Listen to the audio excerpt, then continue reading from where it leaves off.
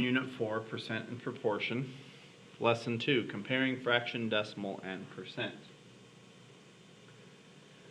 Alright, first let's look at what kind of form, what version of each number is used for different situations. Now with sales tax, would we use percent or fraction? Would it make more sense to have 7% sales tax or 1/20th sales tax? Well, in this case, percent is the more common way it's done. And which one is greater? Well, since 1/20th is 0.05, that is 5%. 7% is bigger. Next example, 0.37 cups of flour or 1/3 cup flour. Well, we generally do, we measure flour when we measure it in cups, we use fractions.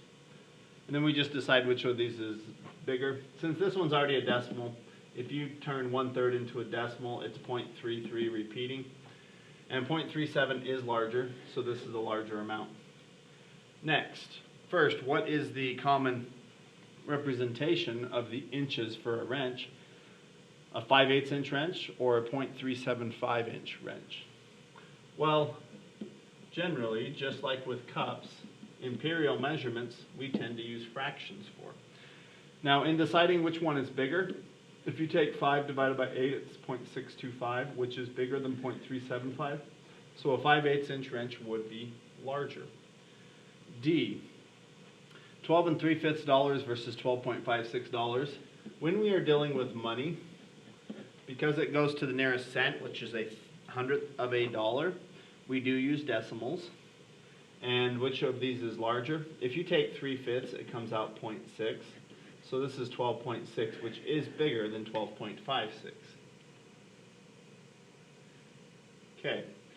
E, 93% test score versus a 7 out of 8 test score. This actually, we use both. For the percent's probably a little bit better because you can compare it to other test scores more easily. But 7 out of 8, that is also a valid test score. Now, as far as which one is more, if you take 7 out of 8, that's 87.5%.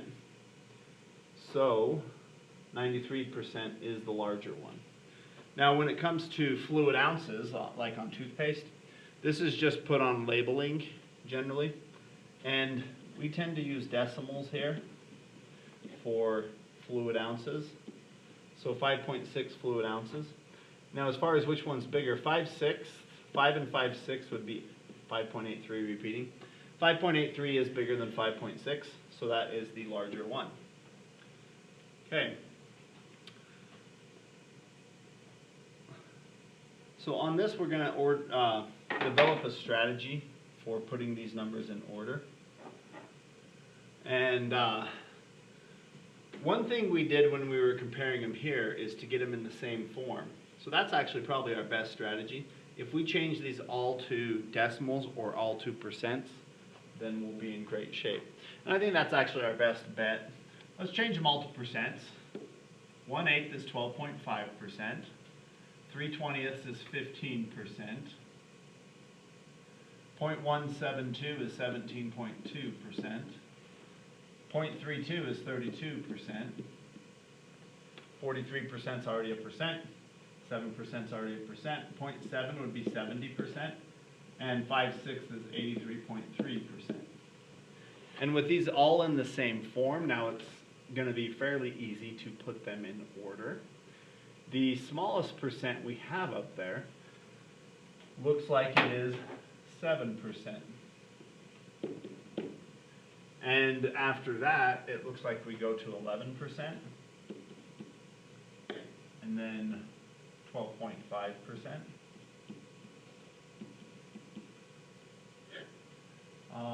15%, followed by 17.2%.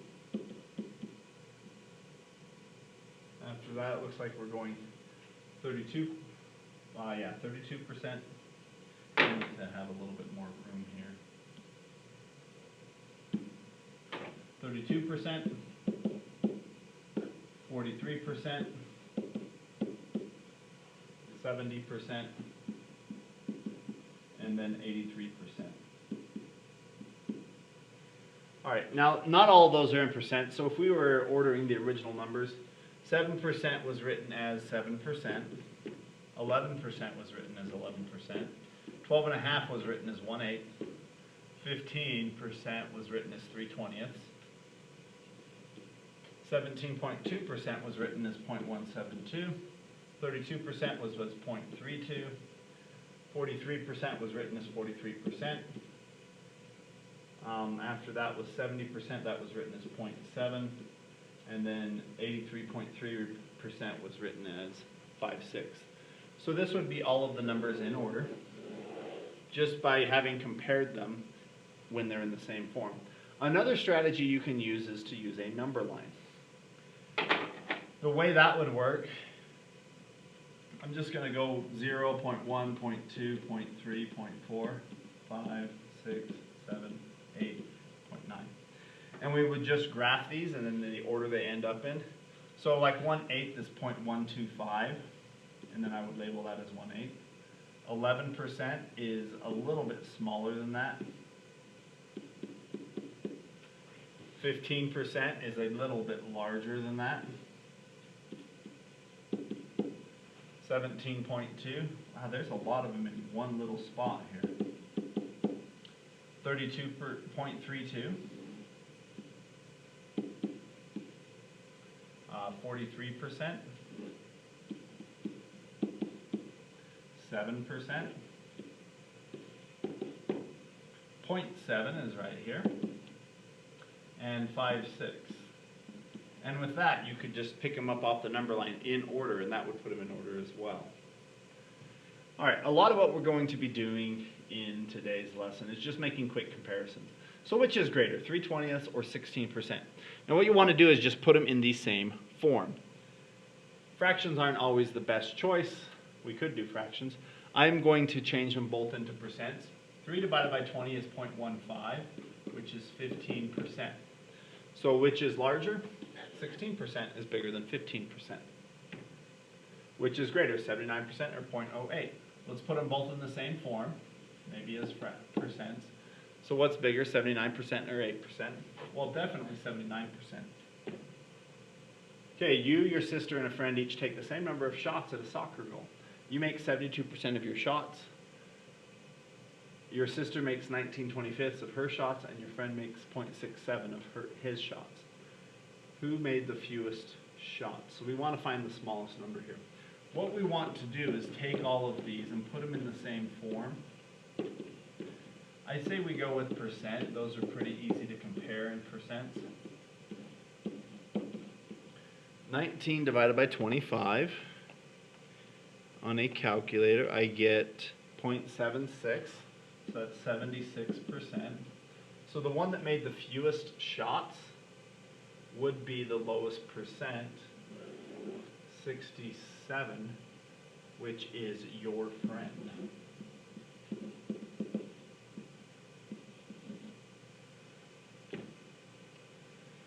The map shows the portions of the U.S. population that live in 5 states.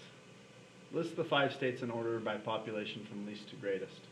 We're going to begin by writing each proportion as a fraction, a decimal, and a percent. We're actually going to be practicing filling in tables like this a little bit. Anyway, the decimal here of 0.03, that's 3%. 6% would be 0.06. As far as the fraction goes, this would be 3/100, 3 out of 100, and this is 6 out of 100, which actually reduces to 3 out of 50. 1 out of 50 would be 0.02, which is 2%. 0.12 would be 12%, and as a fraction it would be 12 out of 100, which is going to reduce top and bottom dividing 4, which gives you 3/25. And Ohio, 1/25, that'd be 0.04 or 4%. Now with that, if they're all in the same form, you can actually quickly order them. Notice that let's see, it says least to greatest. We'd start with Washington as our first one at 2%. Then we'd go to Michigan, then Ohio, New York, and California being our largest one. Another way we could easily do this is to graph it on a number line, which is shown here. And you can see that California, again, is the largest here, largest population percentage. And it goes Washington, Michigan, Ohio, New York, California, using a number line. Okay, into the notes real quick. When comparing rational numbers in different forms, it is useful to convert so that the numbers are in the same form. There's a typo there. Compare each pair of rational numbers which is greater. So 0.4 and 38%. If we put these both in percent form, we're comparing 40% to 38%. And 40% is definitely bigger. So 0.4 is larger. 2/3 and 65%. If we convert these both to the same form, let's do decimals. 2/3 is 0.6 repeating, and 65% is 0.65. Now realize that 0.6 repeating is 0.666. It's sixes forever. And it is going to be larger. So 2/3 is the larger number here. Okay, next, example 419. Which is larger, 900 or 9%? Well, 900, let's write them both in decimal form. If we move the decimal over, 9% is 0.09, and 900 is still just 900. So 900 is the larger number.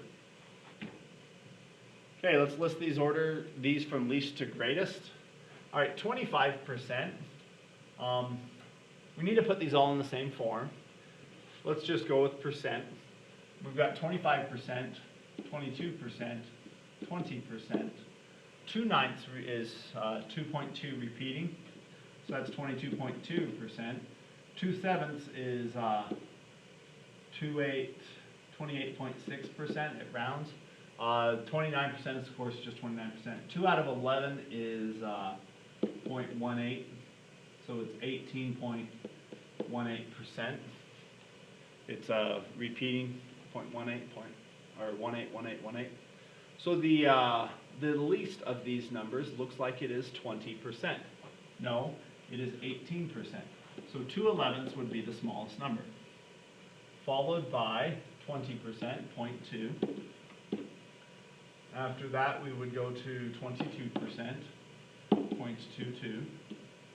Then 22.2%, that's 2/9. Next, we've got 25%. Then 28.6%, that's 2/7. And then 29%. So in order from least to greatest, this set of rational numbers goes 2/11, 0.2, 0.22, 2/9, 25%. I forgot to put the percent on that. 2/7, and 29%.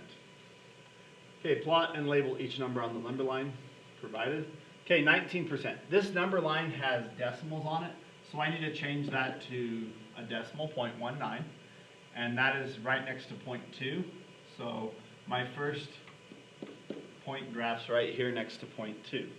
Okay, 0.91, that's already a decimal. It's a little bit more than 0.9 right here, and I'm going to label it as 0.91.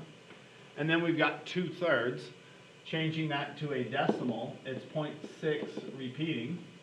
So that's going to be closer to 0.7 than it is 0.6, and that is where 2/3 goes. So if you're going to graph on a number line, you need to put it in decimal form, unless your number line is set up in percent form. All right, in your practice, number 1, tell which one's bigger. Number 2, you're going to be working with a number line. You just, it's kind of a matching, well, multiple choice maybe.